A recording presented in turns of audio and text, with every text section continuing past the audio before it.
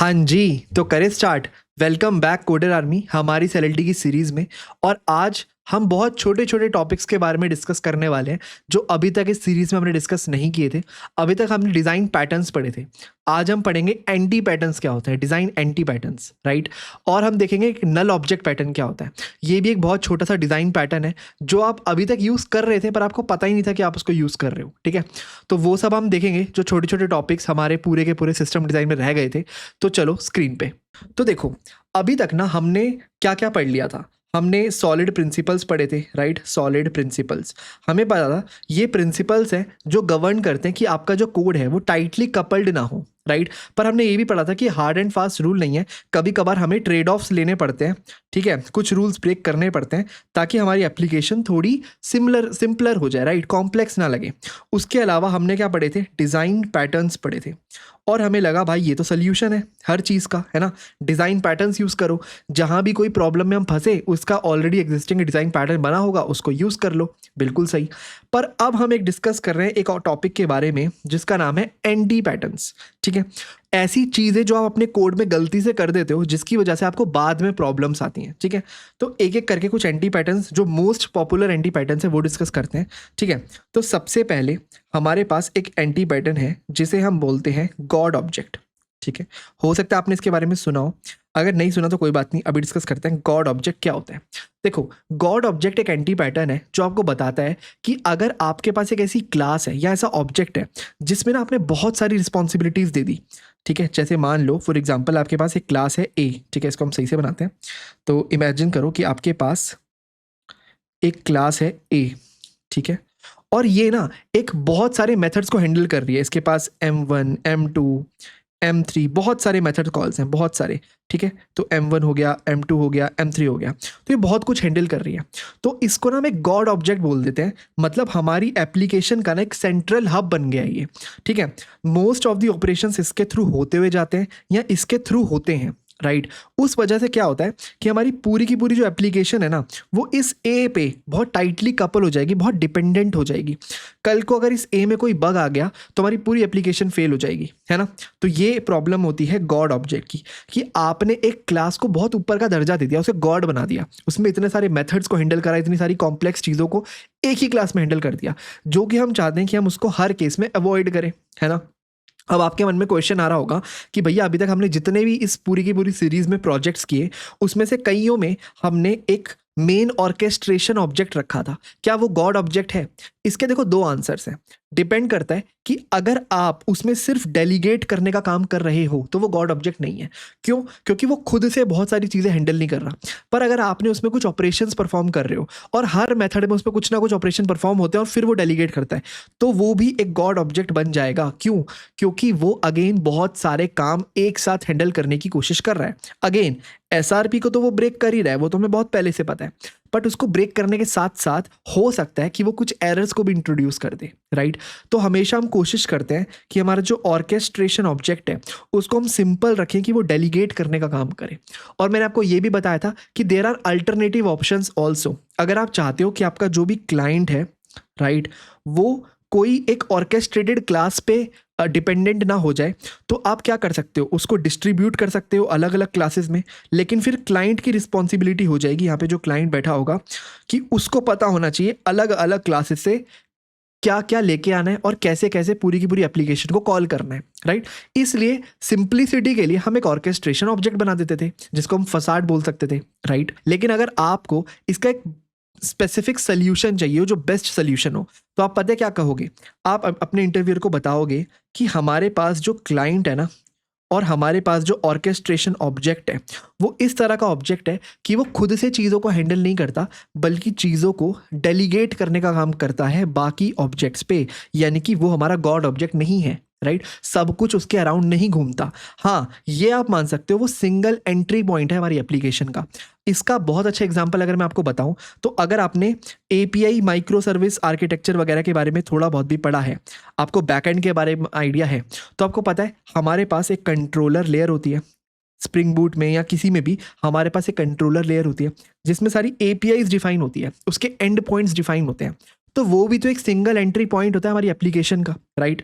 यानी कि अगर लेट से हमने कहा v1/, ऐड यूज़र, तो ये एक एपीआई हो गई, या v1/remove यूज़र, ये दूसरी एपीआई हो गई, v1/delete यूज़र, या डिलीट तो नहीं, चलो वो रिमूव है, अपडेट यूज़र, ये तीसरी एपीआई हो गई। तो ये एपीआई कॉल्स क्या कर रही हैं, एक पर्टिकुलर कंट्रोलर में जाती हैं, जो कि एक तरह से हमारा ऑर्केस्ट्रेशन क्लास हो गई, और फिर वो अलग अलग सर्विस लेयर के ऑब्जेक्ट्स को कॉल करती होगी, है ना।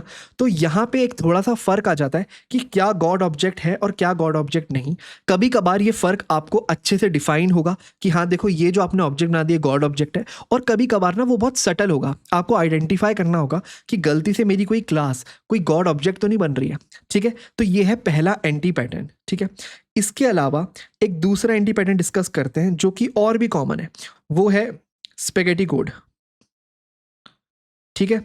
अब ये क्या है, स्पेगेटी कोड मतलब अपने कोड को इतना कॉम्प्लिकेटेड कर देना, ना तो उसमें कोई एंट्री पॉइंट हो, राइट, ना तो उसमें कोई आप एंट्री पॉइंट हो, ना तो उसमें कोई एग्जिट पॉइंट हो, बहुत कुछ सब कुछ कॉम्प्लिकेटेड हो रखा हो।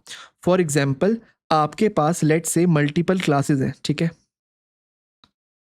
और इसमें आपको कोई समझ नहीं आ रहा एंट्री पॉइंट का है, एग्जिट पॉइंट का है, ये ए है, ये बी है, ये सी है, ये डी है, ए डी पे डिपेंडेंट है, बी सी पे डिपेंडेंट है, सी डी पे, डी फिर ए पे, मतलब बहुत सारे लूप्स हैं, बहुत सारी कॉम्प्लिकेशंस हैं, और पूरी की पूरी एप्लीकेशन बहुत ही ज़्यादा टाइटली कपल्ड है।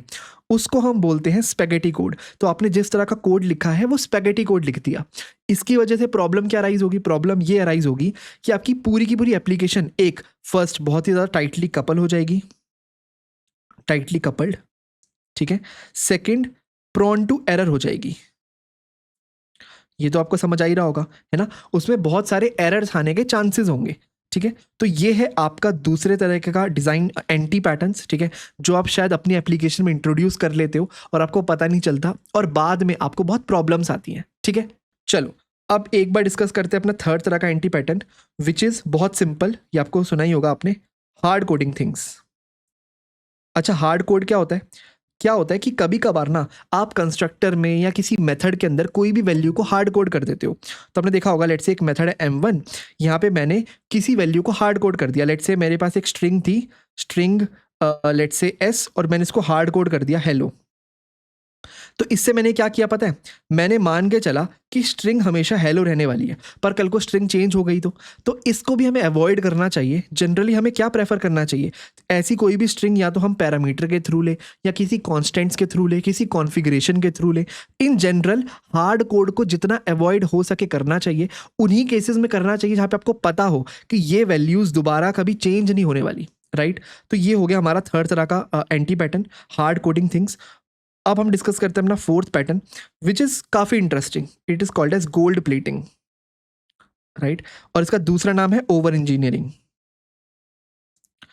ये उन लोगों के लिए जो परफेक्शनिस्ट बनते हैं, राइट। अगर आपको चाहिए कि आपकी एप्लीकेशन एकदम परफेक्ट हो, आप सारे डिज़ाइन पैटर्न्स को अच्छे से यूज़ करो, सारे प्रिंसिपल्स को यूज़ करो, सारे ऊप्स के कॉन्सेप्ट्स को अच्छे से लगा दो, तो आप एक ऐसी एप्लीकेशन बना दोगे जो हम कहेंगे ओवर इंजीनियर्ड हो गई है। क्या होता है ओवर इंजीनियर्ड होना, आप ऐसे मान के चलो कि आप कुछ ऐसे केसेस को हैंडल करो जो कभी अराइज ही नहीं होने वाले। आप ऐसा मानते हो कि कोई भी एल्गोरिदम है ना, हम उसको एक स्ट्रेटेजी के थ्रू ले लेंगे, स्ट्रेटेजी होगी और उसके पास अपनी कंक्रीट स्ट्रेटेजी होगी, राइट। इस तरह से हम करते थे स्ट्रेटेजी डिजाइन पैटर्न में। पर आपको क्या लगता है कि हर चीज़ चेंज होती होगी? स्ट्रेटेजी डिजाइन पैटर्न में हमने ये डिस्कस किया था, चेंज वट वेरीज, जो बार बार चेंज हो रहा है उसको एक स्ट्रेटेजी बनाओ, राइट, रादर देन हर चीज़ को स्ट्रेटेजी बना देना। इससे आप क्या करोगे, अपने कोड को ओवर इंजीनियर कर दोगे, ओवर कॉम्प्लिकेट कर दोगे, राइट। तो ये है गोल्ड प्लेटिंग या ओवर इंजीनियरिंग। हर चीज़ में ज़्यादा ऐसे सिनेरियोज को सोच लेना जो कभी होने ही नहीं वाले, फ्यूचर में कभी आने ही नहीं वाले, ठीक है। तो ये भी आपको अवॉइड करना चाहिए जितना हो सके, ठीक है। अगर हम बढ़े अपने नेक्स्ट एंटी पैटर्न की तरफ, अगला बहुत ही सिंपल है। अगले पैटर्न का नाम है ड्राई। इसकी फुल फॉर्म क्या होती है, डू नॉट रिपीट योरसेल्फ, ठीक है। ये आपने कई बार सुना होगा। कई बार आप क्या करते हो, अपने कोड को कॉपी पेस्ट करने लग जाते हो, एक मेथड से दूसरे मेथड में, दूसरे से तीसरे मेथड में, राइट। उस केस में क्या होता है कि आपके पास लेट से एक मेथड है m1, उसमें कुछ कोड लिखा है, ऐसे ही एक मेथड है m2, उसमें कुछ कोड लिखा है, और आपको पता है m1 का कोड ऑलमोस्ट सेम है m2 के कोड से, तो आपने यहाँ पे उठा के से कॉपी पेस्ट कर लिया। सेम आपने m3 में कर लिया। इससे क्या हो रहा है पता है, आप do not repeat yourself principle को ब्रेक कर रहे हो, आप बार बार रिपीटेशन को लेकर के आ रहे हो। इससे दिक्कत क्या होगी, कल को अगर ये पूरा का पूरा लॉजिक ही बदल जाए तो आपको हर मेथड में जाकर के वो चेंज करना पड़ेगा। तो जनरली हम क्या प्रेफर करते हैं, जो भी रिपीटेड कोड है उसे बाहर निकालो और उसको एक अलग लॉजिक बना दो, राइट। उसको एक यूटिलिटी क्लास में रख दो या एक अलग मेथड में रख दो, तो उसको एक अलग क्लास में ही डाल दो, एक अलग हायरार्की में डाल दो, ताकि M1 M2 और M3 सीधा उसको डायरेक्टली यूज़ कर सकें, राइट। ये एक बहुत सिंपल प्रिंसिपल है। ये तो इतना बेसिक डिजाइन पैटर्न है कि आपको सबसे पहले जब आप ऊप्स को भी पढ़ते हो तो आपको यही पढ़ाया जाता है कि डू नॉट रिपीट योरसेल्फ, ठीक है। अब मूव करते हैं अपने नेक्स्ट एंटी पैटर्न की तरफ, 6th। और ये एंटी पैटर्न वो है जिसका हमने सोल्यूशन भी निकाला था, और आप खुद सोचना इसका सोल्यूशन क्या था। एंटी पैटर्न का नाम है कंस्ट्रक्टर ओवरलोडिंग। कुछ याद आ रहा है? कई बार आप क्या करते हो, कंस्ट्रक्टर ओवरलोड करने लग जाते हो, बहुत सारे कंस्ट्रक्टर्स बनाने लग जाते हो। अगर आपको हमारी बिल्डर डिजाइन पैटर्न की वीडियो याद है, अगर आपने वो वीडियो देखी है तो आपको समझ आएगा हम कंस्ट्रक्टर ओवरलोडिंग की प्रॉब्लम को कैसे सॉल्व करते हैं। इसको हम कंस्ट्रक्टर टेलीस्कोपिंग भी बोलते हैं, और इसका सोल्यूशन ही होता है बिल्डर डिजाइन पैटर्न। कि आप बिल्डर डिजाइन पैटर्न को यूज करो, अपने कंस्ट्रक्टर को ओवरलोड मत करो, ताकि आप एक एंटी पैटर्न को अवॉइड कर पाओ, ठीक है। इसके अलावा हमारे पास कुछ और बेसिक एंटी पैटर्न्स भी हैं। एक है over use of getter setters, over use of getter setter. आप कहोगे भैया गेटर सेटर तो अच्छी चीज़ है ना, वो हमें हेल्प करती है हमारे जो प्राइवेट मेंबर्स हैं उनको गेट या सेट करने के लिए। बिल्कुल सही, पर आपके मेंबर्स प्राइवेट क्यों थे ऑन द फर्स्ट प्लेस? इसलिए थे ना क्योंकि आप चाहते थे बाहर से उसे कोई एक्सेस ना करे। पर कुछ लोग क्या करने लग गए, फिर उनको पता लगा गेटर सेटर से होते हैं, जिससे आप उनको एक्सेस भी करवा सकते हो, चेंज भी करवा सकते हो। पर गेटर सेटर इंट्रोड्यूस पता है क्यों हुए थे? ताकि आप कोई वैल्यू को अगर गेट करना हो या सेट करना हो तो वो एक वैलिडेशन के थ्रू होते हुए जाए, आप कंट्रोल कर सको किसका सेटर होना चाहिए या किसका गेटर होना चाहिए। पर आजकल हो गया कि आप कोड लिखते हो, जितने भी वेरिएबल डिक्लेयर करते हो सबके गेटर सेटर भी बनाई देते हो पहले ही, बिना ये जाने कि क्या उस पर्टिकुलर वेरिएबल के गेटर की जरूरत है या सेटर की जरूरत है, क्या हर वेरिएबल सेट होना चाहिए या हर वेरिएबल गेट होना चाहिए। तो ये भी कुछ लोग नहीं सोचते और सीधा गेटर सेटर्स की पूरी लिस्ट जनरेट कर देते हैं, ठीक है। और आजकल क्या होता है ना, IDE पे जैसे कोई भी आप इंटेलिजे ले लो या VS कोड ले लो, उसमें प्लगइन्स होते हैं कि आप सीधा सारे गेटर सेटर जनरेट कर सकते हो, विच इज़ रॉन्ग, राइट। आपको पता होना चाहिए कौन सा गेटर होना चाहिए, कौन सा सेटर होना चाहिए। हर वेरिएबल का आपको गेटर सेटर नहीं चाहिए होगा, राइट। तो ये भी एक एंटी पैटर्न है, राइट। इसके अलावा दो छोटे छोटे एंटी पैटर्न्स और हैं। एक है आपका premature optimization. Premature optimization ये कहता है कि अपने कोड को ऑप्टिमाइज करना बाद में शुरू करना, पहले मेक इट वर्क, राइट। इसके लिए एक लाइन होती है कि make it work then make it fast, ठीक है। ये याद रखना, पहले आपकी एप्लीकेशन जो करने के लिए इंटेंडेड थी पहले वो काम तो कर ले, है ना। तो पहले make it work and then make it fast, आप बाद में ऑप्टिमाइज करना शुरू करो। और इसका बहुत अच्छा एग्जांपल है, अगर आपने DSA पढ़ी है तो आपको पता है, आप पहले एक ब्रूट फोर्स अप्रोच को लेकर के आते हो, क्योंकि पहले आपको जो काम करना है वो काम तो हो जाए। किसी ने आपको बोला एरे को सॉर्ट करो, तो कोई बात नहीं, ऑर्डर ऑफ n² कॉम्प्लेक्सिटी ही सही, पर उसको आप सॉर्ट तो कर पाओ पहले, उसके बाद आप उसको फास्ट बनाओगे। आप कहोगे नहीं यार n² तो बहुत स्लो है, मैं इसको n log n में भी कर सकता हूँ using some better approaches, right. तो ये अप्रोच आप बाद में सोचते हो, पहले मेक इट वर्क। तो प्री मैच्योर ऑप्टिमाइजेशन पे ये चीज याद रखना कि पहले आपका कोड जो करना चाहिए था वो करे, और उसके बाद आप उसको फास्ट बनाने के बारे में बात करो या फिर ऑप्टिमाइज करने के बारे में बात करो, ठीक है। एंड लास्ट जो हमारा एक एंटी पैटर्न है वो है जिसकी बात हमने सबसे पहली वीडियो में करी थी डिजाइन पैटर्न्स के, और वो है इनहेरिटेंस का ओवर यूज, ठीक है। हमने इसके बारे में बात की हुई है कि वाई इनहेरिटेंस इज बैड, है ना। इनहेरिटेंस क्या प्रॉब्लम कॉज करता है, मल्टीपल इनहेरिटेंस हायरार्की बना करके आपका जो कोड है बहुत कॉम्प्लिकेटेड हो जाता है ना। उसको ना यूज़ करें, उसी के लिए हमने स्ट्रेटेजी पैटर्न यूज़ किया था, राइट, विजिटर पैटर्न यूज़ किया था, और भी हमारे पास कुछ कुछ पैटर्न थे, ब्रिज पैटर्न यूज़ किया था। हम कितने इस तरह के पैटर्न्स लेकर के आए थे जिसमें हमारा इनहेरिटेंस की हायरार्की को हम कम कर पाएँ या इनहेरिटेंस को कम से कम यूज़ कर पाएँ। हमने हमेशा कोशिश की इनहेरिटेंस को सिर्फ एब्स्ट्रैक्ट क्लास के थ्रू यूज़ करें, और जो भी कंक्रीट इंप्लीमेंटेशन है ना उसके साथ कॉम्पोजिशन या हैज़ अ रिलेशनशिप को हम यूज़ करें, राइट। तो ये भी एक एंटी पैटर्न्स है। तो हमने टोटल 9 एंटी पैटर्न्स देख लिए, ठीक है। एक बार अगर हम इसके गो थ्रू करें तो god object, spaghetti code, hard coding things, gold plating, do not repeat yourself, constructor overloading, over use of getter setter, premature optimization और इनहेरिटेंस ओवर यूज। ये सब वो एंटी पैटर्न्स हैं। अगर आप अपने इसको कोड में अवॉइड करो तो आपका कोड बेटर लगेगा, लूजली कपल्ड होगा, आप अपने डिज़ाइन पैटर्न्स पे ज़्यादा अच्छे से ध्यान दे पाओगे और इन जनरल आप बेटर कोड कर पाओगे, नए फीचर्स को जल्दी इंटीग्रेट कर पाओगे, रादर देन आप स्पेगेटी कोड लिख करके उसी में फंस जाओ कि इसका स्टार्ट कहाँ है, एंड कहाँ है, या फिर कंस्ट्रक्टर ओवरलोड कर दो या गोल्ड प्लेटिंग कर दो वगैरह वगैरह। ठीक है, तो ये तो हो गया पार्ट 1। पार्ट 2 में मुझे आपके साथ डिस्कस करना है एक बहुत ही छोटा पर बहुत ही काम का डिज़ाइन पैटर्न। ये इतना छोटा डिज़ाइन पैटर्न है तो आपको लगेगा भैया इसका काम ही क्या है, पर बहुत ही काम का है, जिसका नाम है नल ऑब्जेक्ट पैटर्न।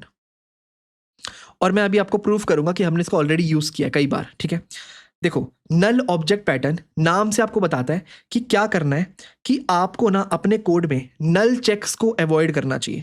मतलब कभी भी आपको ये नहीं करना चाहिए कि इफ़ लेट से OB1 इक्वल नल, OB1 लेट से कोई ऑब्जेक्ट है, तो ये कहता है कि कोशिश करो कि इस तरह के चेक्स को अवॉइड करो अपने कोड में। क्यों अवॉइड करो भैया? देखो, जब भी आप OB1 इक्वल नल चेक करते हो तो आप ये चेक कर रहे होते हो कि OB1, मान लो यहाँ पे आपके पास एक क्लास है OB1, ठीक है।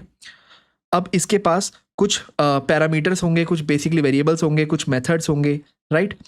और आप चाहते होगे इन मेथड्स को यूज़ करना, पर आप डायरेक्टली यूज़ नहीं कर सकते। अगर आपने सिंपल लिख दिया OB1.M1 और OB1 नल हुआ तो नल पॉइंटर एक्सेप्शन आ जाएगा। तो हमेशा क्या करना पड़ता है, आपको चेक करना पड़ता है कि OB1 नल तो नहीं है। इसको अवॉइड करने का रीज़न बस ये होता है, पहला, हो सकता है आप ये कहीं भूल जाओ लिखना और सीधा OB1.M1 फेच कर लो, या फिर लेट से आपने OB1 किसी को पैरामीटर में दिया, तो लेट से कोई मेथड है, लेट से फन करके कोई मेथड है, वो OB1 एज आर्ग्यूमेंट लेता है, ठीक है। अब वो भूल गया कि मुझे चेक करना है कि OB1 नल तो नहीं है, उसने चेक नहीं किया, सीधा OB1 पे M1 मेथड कॉल कर दिया, और OB1 अगर नल आया होगा तो नल पॉइंटर एक्सेप्शन आ जाएगी। ये दिक्कत है, राइट। तो ये तो हो गई पहली दिक्कत। अब दूसरी दिक्कत, बल्कि वो दिक्कत नहीं है, आप उसको ऐसे समझो कि पूरी की पूरी ऊप्स की लैंग्वेज में हम हमेशा क्या प्रेफर करते हैं कि रिप्लेस कंडीशनल्स विद पॉलीमॉर्फिज्म। हमारी कोशिश तो यही रहती है कि हम कम से कम कंडीशनल स्टेटमेंट्स यूज़ करें, ऐसी इफ एल्स वाली, और उसको पॉलीमॉर्फिज्म से रिप्लेस करने की कोशिश करें।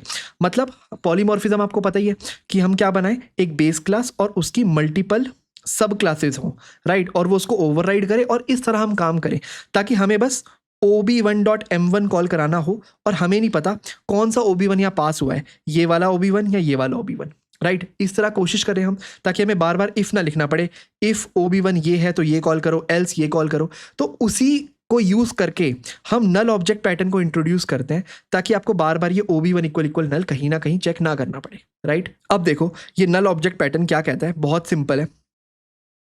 ये कहता है कि आपके पास ना कोई भी एक एब्स्ट्रैक्ट क्लास है, ठीक है। अब एब्स्ट्रैक्ट क्लास है, राइट, यानी कि ये ऊपर हम इसको कैसे मेंशन करते हैं UML में, एब्स्ट्रैक्ट लिख के, तो आपने ये लिख दिया, ठीक है। और आपके पास इसमें कोई मेथड है M1, सिंपल, और सॉरी यहाँ पे डिक्लेयर नहीं होगा क्योंकि एब्स्ट्रैक्ट है, तो आप इसको डिफाइन कर देते हो लेट से M1, ठीक है। आपके पास क्या होगा, एक कंक्रीट क्लास भी होती होगी इस एब्स्ट्रैक्ट क्लास की, जिसको आप बोलते होगे कुछ कंक्रीट क्लास, और वो क्या करती होगी, इस एब्स्ट्रैक्ट क्लास को इनहेरिट करती होगी। तो उसके पास भी ये M1 मेथड होगा जिसको वो ओवरराइड करेगी, सिंपल। तो नल ऑब्जेक्ट पैटर्न ये कहता है, आप एक और काम करो ना, यहाँ पे इस केस में एक और तरह का इनहेरिटेंस बना दो और एक नया ऑब्जेक्ट बना दो जिसका नाम आप रख दो नल ऑब्जेक्ट। नल ऑब्जेक्ट, अब ये नल ऑब्जेक्ट पता है क्या है, ये एक ऐसी क्लास है जो कुछ नहीं करती। बेसिकली इसको भी ये M1 मेथड ओवरराइड करना पड़ेगा, राइट, क्योंकि ये इसको इनहेरिट कर रही है। तो ये अपने M1 मेथड में पता है क्या लिख देती है, यहाँ पे, नॉट यहाँ पे, सॉरी, हाँ, अपने M1 मेथड में पता है क्या लिख देती है, ये लिख देती है लेट से एम्प्टी छोड़ देती है, यहाँ तो लेट से स्टे एम्प्टी, या फिर रिटर्न कर देती है कोई डिफॉल्ट वैल्यू,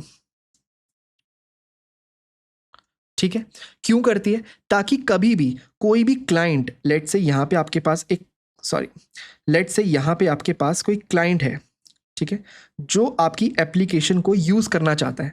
एप्लीकेशन को यूज़ करने के लिए मतलब उसके पास इस एब्स्ट्रैक्ट क्लास का एक रेफरेंस होता होगा, तो इसके पास भी एक मेथड होता होगा, लेट से मेथड का नाम है फन, ठीक है। इसके पास एक मेथड है लेट से फन, और ये फन क्या करता होगा, इंटरनली जा करके, अगर हम इस फंक्शन को खोल के देखें, ये कॉल करता होगा, ये क्लाइंट है, इसके पास रेफरेंस है एब्स्ट्रैक्ट क्लास का, तो यहाँ पे हमने लिखा नहीं, तो पर आप लिख सकते हो इसके पास एक रेफरेंस है एब्स्ट्रैक्ट क्लास का AC, लेट्स से। तो ये AC का M1 कॉल करता होगा। पर अगर हम नल ऑब्जेक्ट पैटर्न नहीं लगाते तो AC का M1 कॉल करने से पहले हमें चेक करना पड़ता इफ AC इक्वल इक्वल नल। पर अब आपको ना वो चेक करने की जरूरत ही नहीं है। अब ध्यान से सोचो, अब आपको ये if AC equal equal null check करने की जरूरत ही नहीं है, क्योंकि अगर ये नल होगा मतलब बेसिकली मैं कहना चाहता हूं जब भी मुझे इस एब्स्ट्रैक्ट क्लास में कुछ नहीं देना होगा ना, तब भी मैं एक नल ऑब्जेक्ट दे दूंगा। रादर देन नल मैं एक नल ऑब्जेक्ट दे दूंगा, यानी कि क्लाइंट के पास हमेशा कोई ना कोई रेफरेंसेस तो रहेगी, चाहे कंक्रीट क्लास की रहे चाहे नल ऑब्जेक्ट की रहे। अब ये इस फन पे बेसिक अगर ये AC.M1 करेगा और इसके पास रेफरेंस हुआ नल ऑब्जेक्ट का, कोई बात नहीं, M1 का नल ऑब्जेक्ट क्या करेगा, कुछ नहीं करेगा, एम्प्टी रहेगा, कम से कम कोई एरर थ्रो नहीं होगा ना, एक्सेप्शन थ्रो नहीं होगी, बेसिकली लिस्कॉफ सब्स्टिट्यूशन प्रिंसिपल ब्रेक नहीं होगा, राइट। तो यही है सिंपल सा नल ऑब्जेक्ट पैटर्न कि हमेशा जो भी आपकी कंक्रीट क्लास हो उसके अलावा एक नल ऑब्जेक्ट भी रख लो जो या तो कुछ भी रिटर्न नहीं करेगा या फिर डिफॉल्ट वैल्यू रिटर्न कर देगा, जैसे डिफॉल्ट 0 रिटर्न 0 या रिटर्न कोई खाली स्ट्रिंग वगैरह वगैरह, राइट। तो बेसिकली इसका ये मतलब हुआ कि एक नल ऑब्जेक्ट क्या करेगा, वही काम करेगा जो नल करता है, बट एक्चुअली नल तो एरर थ्रो कर देता है ना, एक्सेप्शन थ्रो कर देता है, क्योंकि उसके अंदर कोई रेफरेंस ही नहीं है। नल का मतलब क्या होता है कि आपके पास एक रेफरेंस है, लेट्स से यहाँ पे AC है ना, AC पर ये किसी को पॉइंट नहीं करता, मतलब हीप मेमोरी में ऐसी कोई जगह नहीं है, ऐसी कोई ऑब्जेक्ट नहीं है जिसको ये पॉइंट कर रहा हो, राइट। डैंगलिंग पॉइंटर की तरह आप इसको मान सकते हो, तो नल है वो, राइट। लेकिन मैंने कहा नल होना बेकार है, आप एक काम करो नल ऑब्जेक्ट रख लो। नल ऑब्जेक्ट मतलब ये जो AC है ये हीप में किसी ऑब्जेक्ट को पॉइंट जरूर कर रहा है, पर वो ऑब्जेक्ट अंदर से कुछ नहीं कर रहा, वो खाली ऑब्जेक्ट है, ताकि कम से कम मैं AC पे कुछ ऑपरेशन परफॉर्म कर सकूँ। AC डॉट लेट्स से, हाँ हमने क्या किया था, AC.M1 मैं इस तरह कॉल कर सकूँ, और मुझे पता है M1 मुझे कुछ ला करके नहीं देगा, पर कोई बात नहीं, एक्सेप्शन भी तो थ्रो नहीं करेगा, राइट। अब मैं बताता हूँ हमने कहाँ कहाँ इसको यूज़ किया है, ठीक है। एक बार एक एक करके देखते हैं। आपको याद है अगर आपने हमारी स्ट्रेटेजी डिज़ाइन पैटर्न की वीडियो देखी थी, ठीक है, तो उसमें क्या था, हमारे पास एक रोबोट था आई रोबोट उस एग्जाम्पल में, और हमारे पास अलग अलग स्ट्रेटेजी थी, राइट। एक हमारे पास स्ट्रेटेजी थी फ्लाइंग स्ट्रेटेजी, ठीक है, तो फ्लाई स्ट्रेटेजी लेट्स से। और हमने क्या कहा था, इस फ्लाई स्ट्रेटेजी के तरीके अलग अलग हो सकते हैं, डिफरेंट तरीके की उड़ान हो सकती है। एक रोबोट कर सकता है let's say fly with wings, right, और ऐसे एक था let's say fly with jet, अलग अलग तरीके थे। पर मैं कह रहा हूँ ऐसे भी तो रोबोट होते होंगे जो उड़ते ही नहीं होंगे, तो क्या हम उस केस में यहाँ पे नल डाल देंगे। बेसिकली हमारे पास आई रोबोट के पास आई फ्लाई स्ट्रेटेजी का एक ऑब्जेक्ट होता होगा लेट्स से एस, ठीक है, और मैं चाहता हूँ मुझे इस एस में या तो मैं फ्लाई विद विंग्स रखूँ या फ्लाई विद जेट रखूँ, पर मान लो मेरा रोबोट उड़ता ही नहीं है, तो मैं एस में क्या नल स्टोर कर दूँ, नहीं। हमने क्या किया था, हमने एक और रेफरेंस बनाया था जिसका नाम था नो फ्लाई बिहेवियर, और जब वो फ्लाई मेथड को ओवरराइड करता था तो ये सारे फ्लाई को ओवरराइड करते होंगे, राइट, सारे फ्लाई को ओवरराइड करते होंगे। तो जब ये फ्लाई को ओवरराइड करता था तो ये फ्लाई को ओवरराइड करके पता क्या करता था, कुछ भी नहीं करता था, एम्प्टी होता था, राइट। ये एम्प्टी क्यों रखता था, ताकि कल को अगर इस रोबोट में s.fly कोई कॉल कर दे और उस फ्लाई में उस s में अगर नो फ्लाई बिहेवियर पास हो तो कुछ ना हो, ना तो एक्सेप्शन थ्रो हो, ना ही कुछ कोई कोड फटे, राइट, और आपको बार बार नल चेक ना करना पड़े, मुझे ये ना चेक करना पड़े if s equal equal null, right. इसलिए हमने एक नो फ्लाई बिहेवियर रखा था। तो ये भी एक नल ऑब्जेक्ट पैटर्न का एग्जाम्पल था। इसके अलावा हमारी कमांड डिज़ाइन पैटर्न की वीडियो में अगर आपने कमांड डिज़ाइन पैटर्न देखा था तो हमने जो रिमोट कंट्रोल बनाया था ना, और हमने कहा था इनिशियली उसमें जितने भी बटन्स हैं हम उसको एक कमांड देंगे जिसका नाम होगा नो कमांड।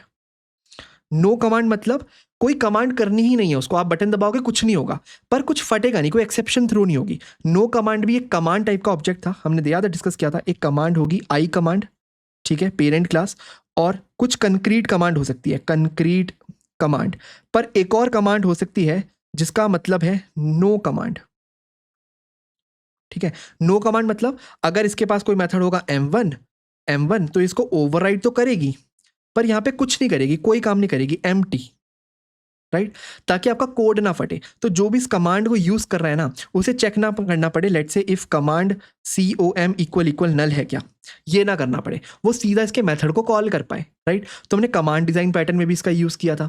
तो ऐसे हर डिजाइन पैटर्न में ना आप नल ऑब्जेक्ट पैटर्न को घुसा सकते हो। जब भी आपको पता है कि आपका ऑब्जेक्ट नल हो सकता है, तो एक काम करो, वहां पे नो कमांड या फिर नो फ्लाई बिहेवियर या इस तरह का नल ऑब्जेक्ट, कहाँ पे बनाया था हमने, यहाँ पे, हाँ, इस तरह का एक नल ऑब्जेक्ट आप पास कर दो, ठीक है, ताकि आपके कोड में कभी भी आपको इफ